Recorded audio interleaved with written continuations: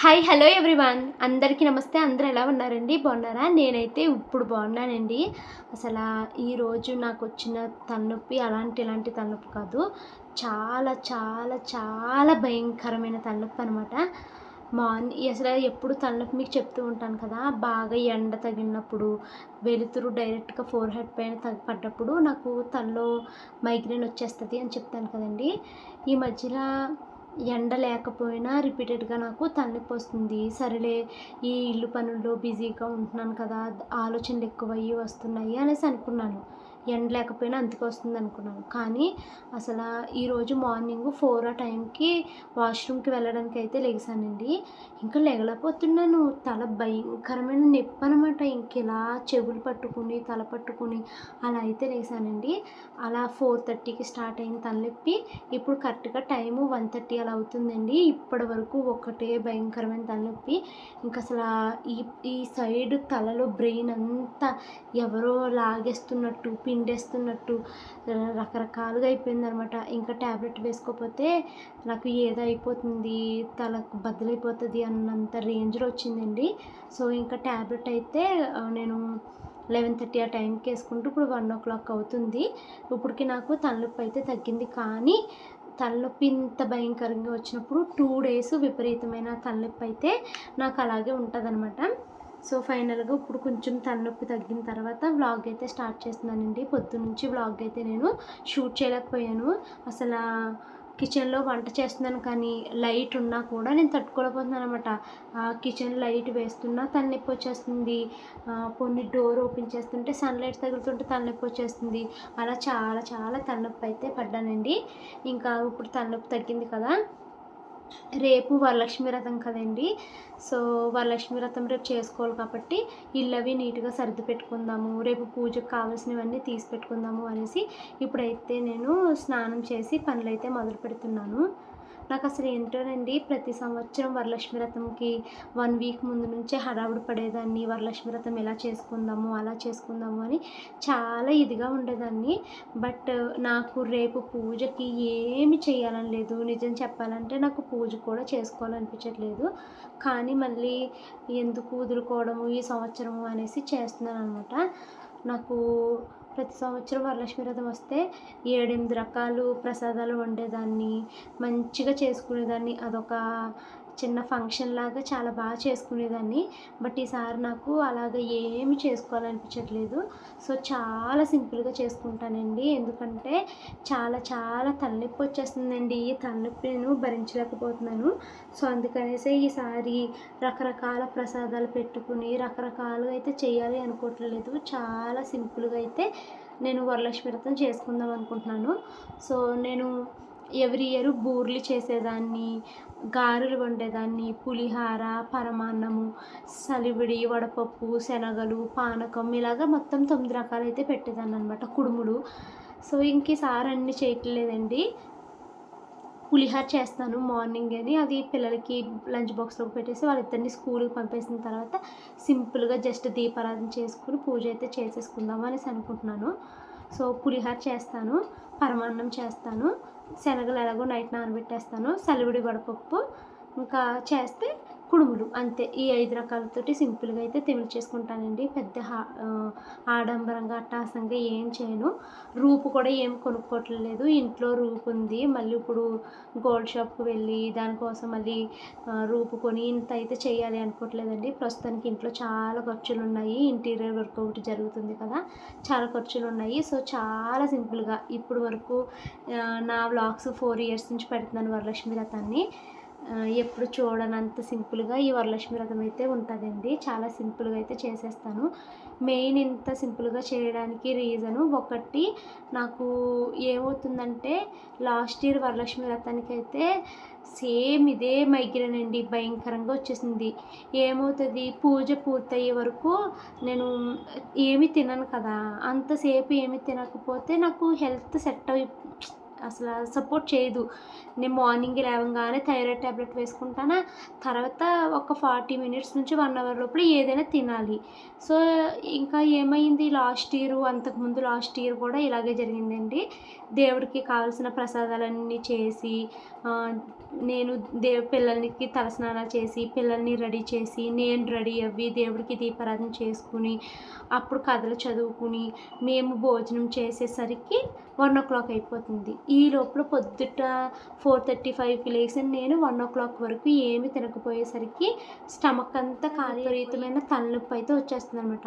ఆ తర్వాత ఆకలేయదు, వామిటింగ్ వచ్చేస్తుందనమాట. ఇంకంత తలనొప్పికి వాంతులు, విరోచనాలు అయిపోయినట్టుగా అయిపోతుందండి.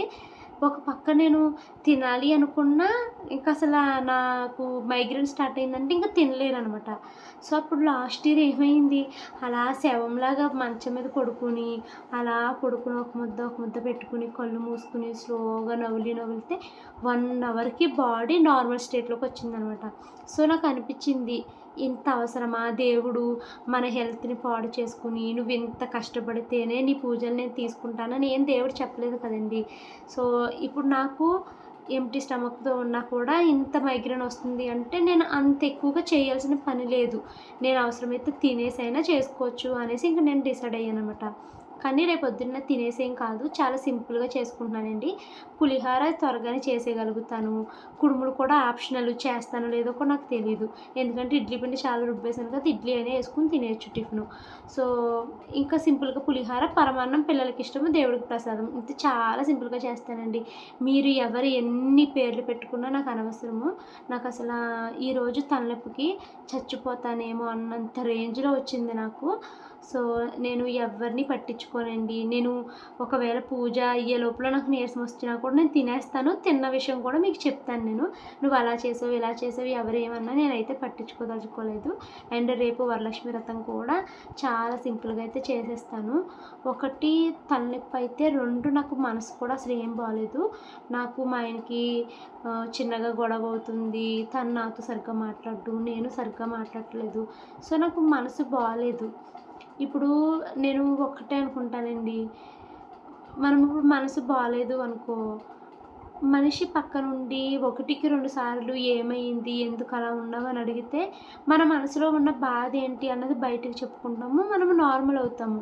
బట్ మా ఆయనలో వచ్చింది ఏంటి అంటే అది ఈగో ప్రాబ్లం అనుకోవాలో లేకపోతే ఏమనుకోవాలో నాకు తెలీదు. ఇప్పుడు తనకి ఏమన్నా బాగోలేదనుకో, ఏమైందమ్మా, ఎందుకు అలా ఉన్నావు, చెప్పు అని 1కి 10 సార్లు అడుగుతాను. నా ఒళ్ళో పడుకోబెట్టుకుని అడుగుతాను. చాలా చిన్న పిల్లోడిని గారాబం చేసినట్టు చేస్తాను. నేను కూడా నాకు మనసు బాగోలేదు అన్నప్పుడు తను నన్ను అలా ఎందుకు అడగరు, ఎందుకు అంత ప్యాంపరింగ్ చేయరు అన్నది నాకు తెలీదు. ఏంటి అలా ఉన్నావు అంటారు. నేను మనసు బాగోక ఏం సమాధానం చెప్పలేదనుకోండి, తిరిగి రివర్స్లో కోపం ఇస్తారు. నాకు ఎలా ఉంటుంది, నాకు ఈరోజు మనసు బాగోలేదు, నా మనసు బాగోకపోవడానికి కారణము, ఈరోజు ఇంత భయంకరమైన తలనొప్పి రావడానికి కారణము, అన్నిటికి కారణం మా ఆయనేనండి. నాకు తన మీద చాలా కోపంగా ఉంది. నాకు అసలు రేపు పూజ చేసుకోవాలని లేదు, ఏమి చేయాలని లేదు. కాకపోతే ఇంక ఇలా ఉంటే ఆలోచనలతో కూర్చుంటున్నాను అనేసి ఇంక ఇప్పుడైతే వ్లాగ్ అయితే స్టార్ట్ చేశాను అనమాట. కొంచెం అన్నం అయితే తినేసి ఈ దుప్పట్లు, బెడ్షీట్లు ఇవన్నిటిని వాషింగ్ మిషన్లో వేసేస్తానండి. గ్యాస్ స్టవ్ క్లీన్ చేయాలి, కిచెన్ శుభ్రం చేసుకోవాలి. మా వారు మార్నింగ్ ఇల్లు క్లీన్ చేసేసి మాపింగ్ పెట్టేశారు. బట్ నేను ఇల్లు ఎక్కడొక్కడ సర్దుకుని మళ్ళీ ఒకసారి ఇల్లు అయితే క్లీన్ చేసుకుంటూ వస్తాను. సో ఈ వ్లాగు వరలక్ష్మి వ్రతానికి ముందు క్లీనింగ్ అనమాట. చాలాసేపు కూర్చొని మాట్లాడేశాను కదా, సారీ. పెద్దగా నాకేమీ షూట్ చేయాలని కూడా లేదు. బట్ చేయకుండా ఇలాగే కూర్చుంటే బుర్రంతా ఆలోచనలతో ఏదో తెలియని బాధ కింద అలా ఉందండి. నాకు మా ఆయన మీద చాలా కోపం వచ్చేసింది, కొట్టాలి అన్నంత కోపం వస్తుంది అనమాట. ఇప్పుడు నేను బాధగా ఉన్నాను అనుకో, 1కి 4 సార్లు అడిగితే నువ్వు నష్టపోతావా, నువ్వు అడిగితే నేను చెప్తాను కదా, కానీ అడగరు. ఎంత ఈగోనో మా ఆయనకి. టైము 2:30 అవుతుందండి. షాను, మను ఇద్దరిని స్కూల్ నుంచి అయితే తీసుకురావడానికి వెళ్తున్నాను. పిల్లలు మళ్ళీ స్కూల్ నుంచి వచ్చాక స్నాక్స్ అడుగుతారు కదా, స్వీట్ కార్న్ అయితే ఉడికిచ్చానండి. కేపీఎన్లో 13 రూపీస్కి ఒక కార్న్ అయితే అమ్ముతున్నారు అనమాట. ఎలా ఉంటుందో చూద్దామని ఒకటే తీసుకొచ్చాను, బాగుంది. అదైతే పిల్లల కోసం ఉడికిచ్చాను. పిల్లలు రాగానే అది స్నాక్స్ కింద అయితే తింటారండి. సో లంచ్ అయిపోయిన తర్వాత గిన్నెలు ఉంటే గిన్నెలన్నీ అయితే క్లీన్ చేసేసానండి. పిల్లలిద్దరిని స్కూల్ నుంచి తీసుకొచ్చేసి కిచెన్ అయితే నీట్‌గా సర్దేస్తాను. ఈ లోపల ఫస్ట్ అయితే వాషింగ్ మిషన్‌లో బట్టలేసేసి పిల్లల దగ్గరికైతే వెళ్తానండి. పిల్లలిద్దరిని స్కూల్ నుంచి అయితే తీసుకొనొచ్చేసానండి. వాళ్ళ కోసము స్వీట్ కార్న్ అయితే ఉడికిచ్చాను కదా! చక్కగా ఉడికిపోయింది. చాలా బాగుందండి. ఒక్కొక్క కార్న్ 13 రూపీస్ పడింది. చాలా బెస్ట్ అనిపించింది నాకు. ఇంకా రేపు ఎప్పుడు వెళ్ళి ఇంకా చాలా స్వీట్ కార్న్ అయితే తీసుకొనొస్తాను పిల్లలకి. ఎందుకంటే మా షాను, మను ఈవినింగ్ స్నాక్స్ కింద ఈ కార్న్ తినడానికి చాలా ఇష్టపడతారు. సో, ఇంక పిల్లలిద్దరికీ అదైతే ఇచ్చేసానండి. వాళ్ళైతే తింటున్నారు. ఇంకా నేను వాళ్ళిద్దరిని నాకు రేపొద్దున వరలక్ష్మి వ్రతం ఉంది కదమ్మా! ఇల్లంతా క్లీన్ చేసుకుంటాను. మీరేమో ఆడుకోండమ్మా అని చెప్పేసానండి. ఇంక నేను ఈ ఇల్లు సర్దడం అయితే స్టార్ట్ చేశాను. ఈ కిచెను ఎప్పుడు సర్దుతూనే ఉంటానండి. కానీ ముందుకి, వెనక్కి వెళ్ళిపోతూ ఉంటాయనమాట. అండ్ నేను నా వ్లాగ్స్ 4 ఇయర్స్ నుంచి చూసే వాళ్ళకి తెలుసు. మా కిచెన్‌లో ఏ వస్తువు నేను అంటే అన్నీ ఒకటే కంటైనర్స్ మెయింటైన్ చేయడం ఇవి ఉండదు. నేను ఎప్పుడైనా సొంత ఇల్లు కనుక్కుంటే అప్పుడు సొంత ఇంట్లో అన్నీ ఒకటే కంటైనర్స్ కొని మంచిగా మెయింటైన్ చేస్తానని చెప్పేదాన్ని. ఆ మాట నిజమైపోయింది. మేము ఇల్లు కొనేసుకున్నాము. ఇప్పుడు సొంత ఇంట్లోకి ఒక 2 మంత్స్‌లో మూవ్ అయిపోతున్నాము. సో, ఇప్పుడు కిచెన్‌లోకి కావాల్సినవి కొనుక్కోవాలి. బట్ నేను వెయిట్ చేస్తున్నాననమాట. నెస్టేషియా ప్రమోషన్ ఇప్పుడు అందరికి ఇస్తున్నారు కదా! సో, దేవుడు మనకు కూడా అవకాశం ఇస్తే నెస్టేషియాలోనే తెప్పించుకుందాము. ఎందుకు ఇప్పుడు వీట్ల కోసం మళ్ళీ బోలెడు డబ్బులు పెట్టాలి కదా! అనేసి ఆలోచిస్తున్నానండి. నాకు వచ్చినా రాకపోయినా కూడా పర్వాలేదు. ఎందుకంటే నాకు కంటైనర్స్ స్టీల్‌వి ఎక్కువగానే ఉన్నాయండి. ఇప్పుడు మీకు కొన్నే కనిపిస్తున్నాయి కానీ నేను చాలా వరకు క్లీన్ చేసేసాననమాట. కంటైనర్స్‌లోకి నింపలేదు. వాటన్నిటిని క్లీన్ చేసి డబ్బాలో డబ్బా, డబ్బాలో డబ్బా అలా వేసేసి ఒక 7, 8 డబ్బాలైతే పక్కకు పెట్టేశానండి. ప్రస్తుతానికైతే అవన్నీ బకెట్‌ల్లో పెట్టాననమాట. అందుకనేసి ఇంకా నాకు స్టీల్ కంటైనర్స్ మ్యాక్సిమం సరిపోతాయండి. ఒకవేళ ప్రమోషన్‌కొస్తే నెస్టేషియా తీసుకుంటాను. లేకపోతే వీటినే మెయింటైన్ చేస్తాను తప్పించి ఇప్పుడప్పుడే ఏది కొత్త వస్తువు కొనాలి అని మాత్రం అనుకోవట్లేదు.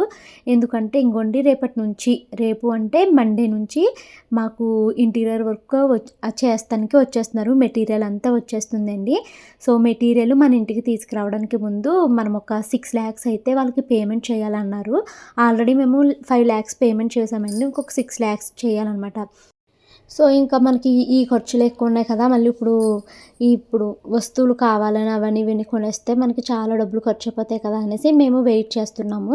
మనకి ఇప్పుడు ఓన్లీ ఇంటీరియర్‌కి ఒక 11 లాక్స్ అవుతుందండి. అది కాకుండా పెయింటింగ్‌కి ఎస్టిమేషన్ ఇచ్చుకున్నాము. 60,000 రూపీస్ పెయింటింగ్‌కి చెప్పారు. తర్వాత విండోస్‌కి, కర్టెన్సు తర్వాత అదే పిల్లల కిడ్స్ బెడ్‌రూమ్ ఉంది కదండీ! బాల్కనీకి వాటికి గ్లాస్ డోర్ వచ్చింది కదా! సో, దానికి కర్టెన్స్ ఈటన్నిట్లికి కనుక్కున్నాను. దానికొక 40,000 వరకు చెప్తున్నారండి. అసలు నేను షాక్ అయిపోయానండి. ఏంటి బ్లైండ్స్‌కి, కర్టెన్స్‌కి 40,000 అని అనిపించింది. సో, తర్వాత ఇంక నేను మా వారు డిసైడ్ అయ్యామనమాట. ఇప్పుడు అంత అర్జెంట్ మనకి ఏమొచ్చేసింది బ్లైండ్స్ లేకపోతే ఏమీ నష్టం లేదు కదా! ఖచ్చితంగా కర్టెన్సే కట్టేయాలి, బ్లైండ్సే కట్టేయాలి, విండోస్ అంతా డెకరేషన్ చేసేయాలా, కొంతకాలం ఆగుదాంలే వెళ్ళిన తర్వాత తాయితీగా చేపించుకుందాము అనేసి ఇంకా ఈరోజైతే ఇంక మేము డిసైడ్ అయిపోయాము.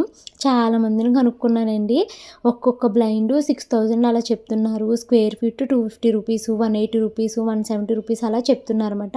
మనం సెలెక్ట్ చేసుకున్న మోడల్ బట్టి వాళ్ళు రేట్ అయితే చెప్తున్నారండి. నేను కొలాబరేషన్‌లో ఏమన్నా ఇస్తారా? లేకపోతే 50% మేము పే చేస్తాం, 50% మీరు చేసుకుంటారా? అని ఇలా అడిగాను గానీ మనకి ఏది దొరకలేదనమాట. సరే ఇప్పుడు అంత విండోస్‌ని అయన్నీ డెకరేషన్ చేసుకునే దిగక్కర్లేదు కదా! ఫస్ట్ అయితే దిగిపోదాము. కనీసం ఇక్కడ అద్దెైనా కలిసొస్తుంది కదండీ! ఇప్పుడు ఏంటి ఇక్కడ అద్దె మేము 12,000 కడుతున్నాము. అక్కడ లేకపోయినా మెయింటెనెన్స్ 5,000 కడుతున్నాము. చాలామంది మెయింటెనెన్స్ ఎంత కడుతున్నారు భవాని అని అడిగారండి. 5,000 రూపీస్ అండి మెయింటెనెన్సు. ఎందుకు అంత మెయింటెనెన్సు అంటే అక్కడ వాటరు సరిపోవట్లేదనమాట. 120 ఫ్యామిలీస్ మీద బోర్‌లో నుంచి వచ్చే నీరు, మంజీరా వాటర్ సరిపోవట్లేదండి. మళ్ళీ వాటర్ ట్యాంక్స్ అయితే ఏపిస్తున్నారంట. సో, అందుకనేసి వాటర్ ఖర్చు ఎక్కువైపోతుంది. మళ్ళీ కమ్యూనిటీ అన్నాక ఈళ్ళు చిన్న చిన్న ఫెస్టివల్స్, పండగలు లాంటివి ఇలాంటివి చేసుకుంటారు కదా! సో, మళ్ళీ ఏమన్నా ప్రాబ్లమ్ వచ్చినా మనం ఇచ్చిన మెయింటెనెన్స్‌లో నుంచే వాళ్ళు మొత్తం అంతా చేస్తారు కదండీ! సో, అలాగా మెయింటెనెన్స్ 5,000 అవుతుంది. ఇక్కడ 12,000 అద్దె కడుతున్నాము. మనం అక్కడ ఉన్నా లేకపోయినా మెయింటెనెన్స్ ఇవ్వాలి, కరెంట్ బిల్ కట్టాలి, అన్నీ ఇంక నార్మల్ అయిపోతున్నాయనమాట. సో, ఇంక మేము అందుకనేసే త్వరగా మూవ్ అయిపోదాము. మూవ్ అయిపోతే కనీసం మనకి ఇక్కడ రెంట్ అయినా సేవ్ అవుతుంది కదా! అనేసి ఆలోచిస్తున్నామనమాట. సో, తర్వాతేమో ఇంకా అదే ఆలోచించామండి నేను, మా వారు. పెయింటింగ్‌కి ఎక్స్‌ట్రా 60,000 అవుతుంది మళ్ళీ. ఇంటీరియర్ కాకుండా. తర్వాతేమో ఎనకాల గ్రిల్స్ కోసం మాట్లాడాము. గ్రిల్స్‌కి 30,000 రూపీస్ బిల్లేశారు. అది ఇంకా పెట్టించలేదు. వెయిట్ చేస్తున్నాను. గ్రిల్స్ పెట్టిద్దామా? లేకపోతే మళ్ళీ కొలాబరేషన్‌లో ఇన్విజిబుల్ గ్రిల్సే ఒక 50% అయినా తగ్గుతుంది కదా! అది పెట్టిద్దామా అనేసి చూస్తున్నాను. కానీ ఎట్టి పరిస్థితుల్లో ఇన్విజిబుల్ గ్రిల్స్ వద్దు. ఐరన్ గ్రిల్సే కావాలని అనిపిస్తుంది కానీ, ఐరన్ గ్రిల్స్ ఎక్కడ మనకి కొలాబరేషన్‌లో దొరకట్లేదు. అట్‌లీస్ట్ ఇప్పుడు 30,000 ఏశారండి. 20,000 వాళ్ళు వీడియో ఛార్జ్ పెట్టుకున్నా 10,000 మనం పేమెంట్ చేద్దాము. అలా ఏమన్నా దొరుకుతదా అని వెతుకుతున్నాను. కానీ దొరకలేదు. సో, ఇప్పుడు అదొక 30,000, 60,000 ఏమో పెయింటింగ్‌కి. మళ్ళీ ఇంకొకటేంటి అదే కర్టెన్స్ వీటిలకి ఒక 30,000-40,000 అది చెప్పారు. మళ్ళీ వుడ్ వర్క్ ఇదంతా అయిపోయిన తర్వాత ఇంటీరియర్ అయిపోయాక హౌస్ మొత్తాన్ని డీప్ క్లీనింగ్ చేపిచ్చి అప్పుడు దిగాలంట. ఎందుకంటే ఇల్లు వాటర్ లీకేజ్ అవి జరగడం వల్ల చాలా వరకు టైల్స్ బ్లాక్ కలర్ వచ్చేసిందండి. పొయ్యి పెట్టిన దగ్గర బ్లాక్ అయిపోయింది. సో, ఇదంతా మనకి డీప్ క్లీనింగ్ చేపిచ్చాలంట. డీప్ క్లీనింగ్‌కి 18,000-20,000 చెప్తున్నారండి. ఇలాగ చిన్న చిన్న ఖర్చులు. ఇంకా మనము బాత్రూంలోకి బట్టలవి వేసుకుంటాం కదా! స్నానం చేసేటప్పుడు హ్యాంగర్ రాడ్స్ అవి. తర్వాతేమో సోపులు పెట్టుకునేవి. సింక్‌లోకి ట్యాప్ ఏమో ఎనక్కంట ఉంది. అది మొత్తం వాటర్ చిమ్మకుండా మనం ఇంకొక ట్యాప్ ఒకటి తీసుకోవాలి.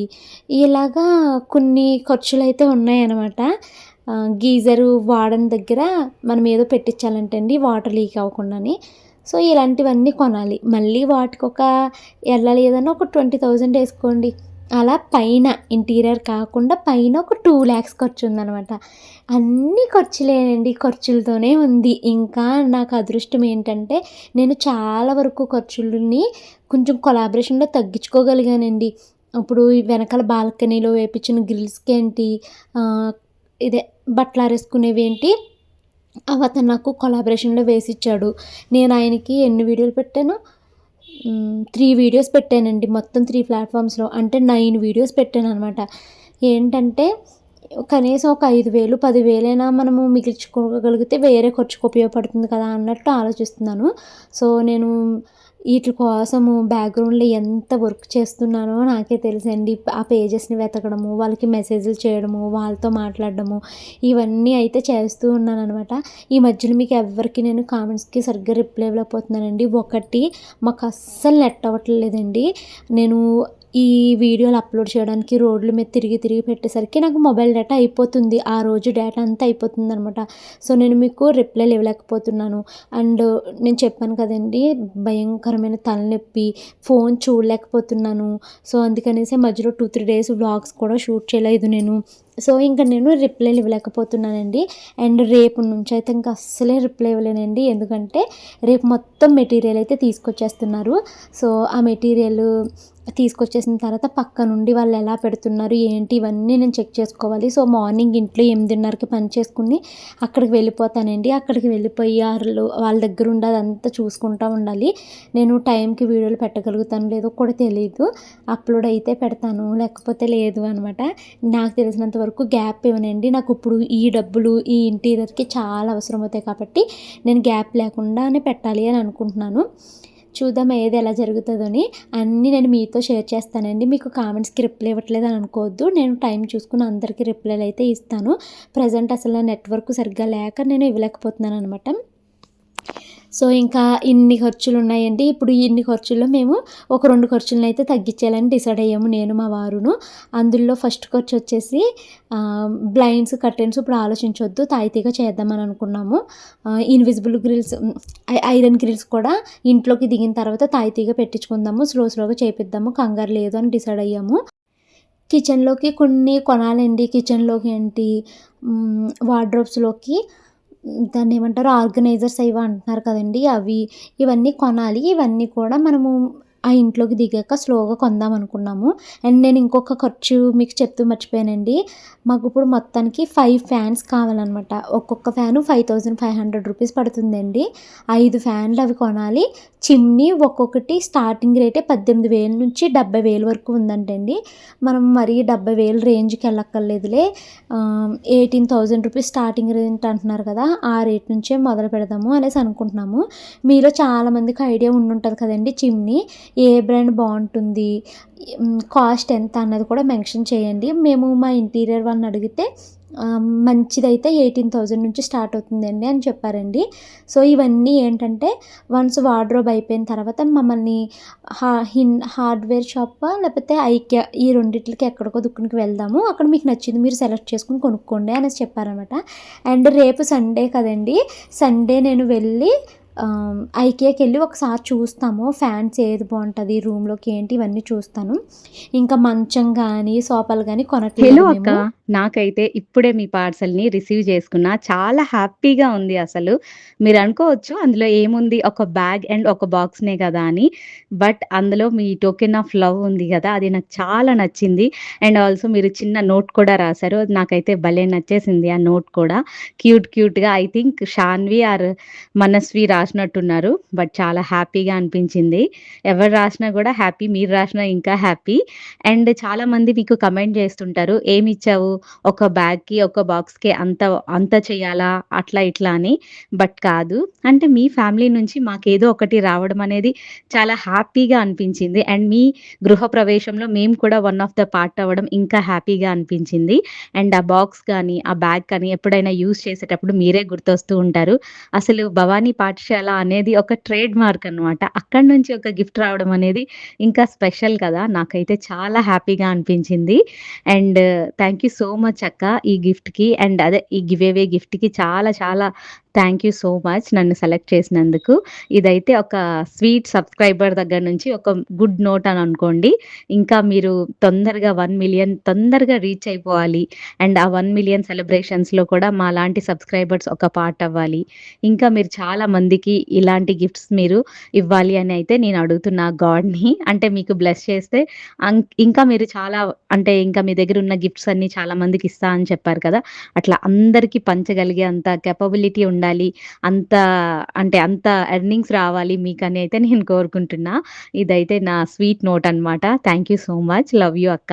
హాయ్ అండి, మీ అందరికీ హ్యాపీ వరలక్ష్మి వ్రతం. నేను లక్ష్మీదేవిని చేశాను. చాలా బాగుంది తల్లి.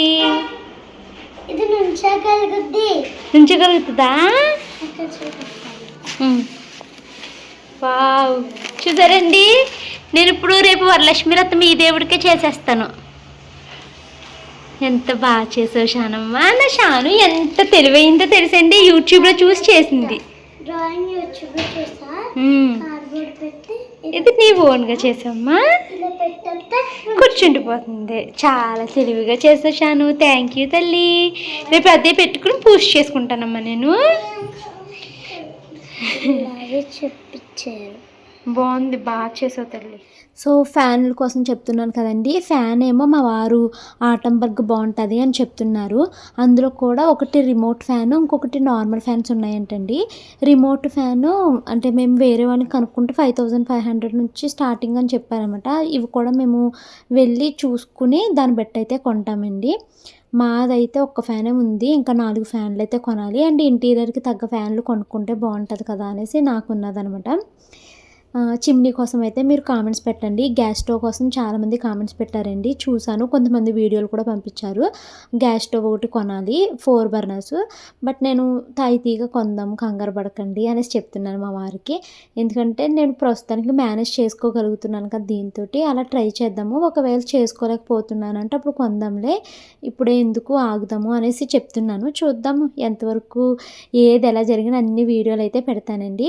నాకేమీ అంత కోరికలు ఉండవండి. వెంటనే కొత్తవి కొనేయాలి, కొత్తగా వాడేయాలి, ఇలా ఏమి ఉండదండి. ఉన్న వాటిని ఎందుకు దాన్ని పక్కన పెట్టడము, కొన్ని రోజులు యూజ్ చేయొచ్చు కదా అన్న మైండ్ సెట్తో ఉంటానన్నమాట. ఇంకా రేపు వరలక్ష్మి వ్రతం అని చెప్పాను కదండి, ఇది డే బిఫోర్ వరలక్ష్మి వ్రతం వ్లాగ్ అనమాట. ఇంకా నేను మా వారు కలిసి పిల్లలతోటి కేపీఎన్ ఫ్రెష్కి అయితే వచ్చామండి. ఇక్కడ కావాల్సినన్ని ఫ్రూట్స్ అయితే తీసుకున్నాము రేపు పూజలో పెట్టుకోవడానికి. అండ్ తర్వాత పాలు, పెరుగు ఇవన్నీ కూడా కొన్నామనమాట. సో నేను చెప్పాను కదా వీడియో స్టార్టింగ్లో మా వారి మీద కోపంగా ఉంది అనేసి. సో మా వారితో పెద్ద గొడవ పెట్టుకున్నానండి. ఆ గొడవ పెట్టుకున్నాకనే నాకు రిలాక్స్డ్గా ఉంటుంది. గొడవ పెట్టుకోలేదనుకోండి నాకు రిలాక్స్ ఉండదనమాట. నేను ఎంత గొడవ పెట్టినా కూడా మాట్లాడరు. నేను కోపంగా ఉన్నా మాట్లాడరు. నేను బాధగా ఉన్నా పట్టించుకోరు అన్నట్టు ఉంటారు. అడుగుతారు కానీ ఒకసారి అడగగానే చెప్పాలంటారు. నాకేంటంటే 4, 5 సార్లు అడిగించుకుని బ్రతిమలించుకుంటే బాగుంటుందని నాకు అనిపిస్తుంది. మా ఇద్దరికి ఈ విషయాల్లోనే గొడవ అవుతుందండి.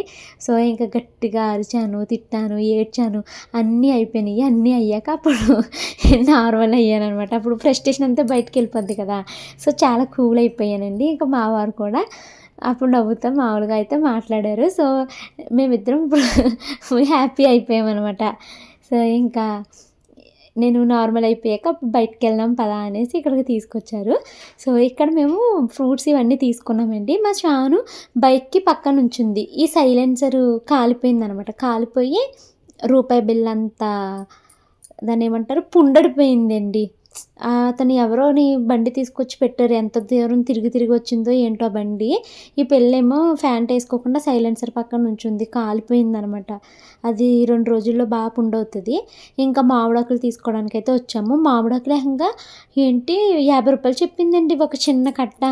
బాబు 50 రూపాయల వద్దులే నాకు అనేసి ఇంటికి వచ్చేసాను. రేపు పొద్దున్న ఏమన్నా తగ్గితే తీసుకుందాంలే అనేసి. ఇంకా బిఫోర్ స్లీప్ కావాల్సినవి అయితే నానబెట్టుకుంటున్నానండి. చెప్పాను కదా చాలా తక్కువగా సింపుల్గా చేస్తున్నాను అనేసి. సో బియ్యము పరమాన్నం కోసం అయితే నానబెట్టుకుంటున్నాను. సగ్గుబియ్యము, శనగలు, అలాగే పచ్చెనపప్పు ఈ 4 అయితే నీట్గా కడిగేసి నానబెడుతున్నాను. ఎవ్రీ టైం అయితే మినపప్పును కూడా కడుక్కుని నానబెట్టుకునేదాన్ని అండి. గారెలకి, బూరెలకి కావాలి అనేసి. బట్ ఇంక ఈసారి నేను గారెలు, బూరెలు పని అయితే పెట్టుకోవాలి అనుకోవట్లేదు. నాకు అంతసేపు ఫుడ్ తినకుండా ఆయిల్ దగ్గర పని చేస్తూ ఉంటే వికారం వస్తుందండి నాకు అస్సలు. నేను మా అమ్మతో కూడా చాలాసార్లు అన్నాను, నువ్వు అన్నేసి పిండి వంటలు ఎలా వండుతావమ్మా, నాకు కొద్దిసేపు నూనె దగ్గర నూనె మరుగుతున్న వాసన వచ్చినా కూడా నాకు వికారం వచ్చేస్తుంది అని చెప్పాను. మా అమ్మ అలవాటు ఉండాలమ్మా, అలవాటు అవ్వాలి అనేసి అంటుంది. ఇంకోండి పీట, దేవుడి సామాన్లు కూడా నీట్గా క్లీన్ చేసుకుని పక్కనైతే పెట్టుకున్నాను. టైం 11 o'clock అవుతుందండి. ఇంకా ఇంట్లో పని అంతా పూర్తి చేసేసాను. దేవుడి సామాన్లు క్లీన్ చేసేసుకున్నాను. నానబెట్టాల్సినవన్నీ నానబెట్టేశాను. సో ఇంకైతే నేను పడుకుంటున్నానండి. మళ్ళీ పొద్దున్నే లేచి పిల్లలిద్దరిని స్కూల్కి పంపించిన తర్వాత అప్పుడు నేను మిగతా పనులు అయితే చేస్తాను. అసలు ఫస్ట్ లెగ్గానే తలస్నానం చేయాలి రేపు నేను. ఈ వ్లాగ్ అయితే ఇక్కడ సెండ్ చేస్తానండి. వీడియో నచ్చితే లైక్ చేసి కామెంట్ చేయండి. Thank you, bye bye.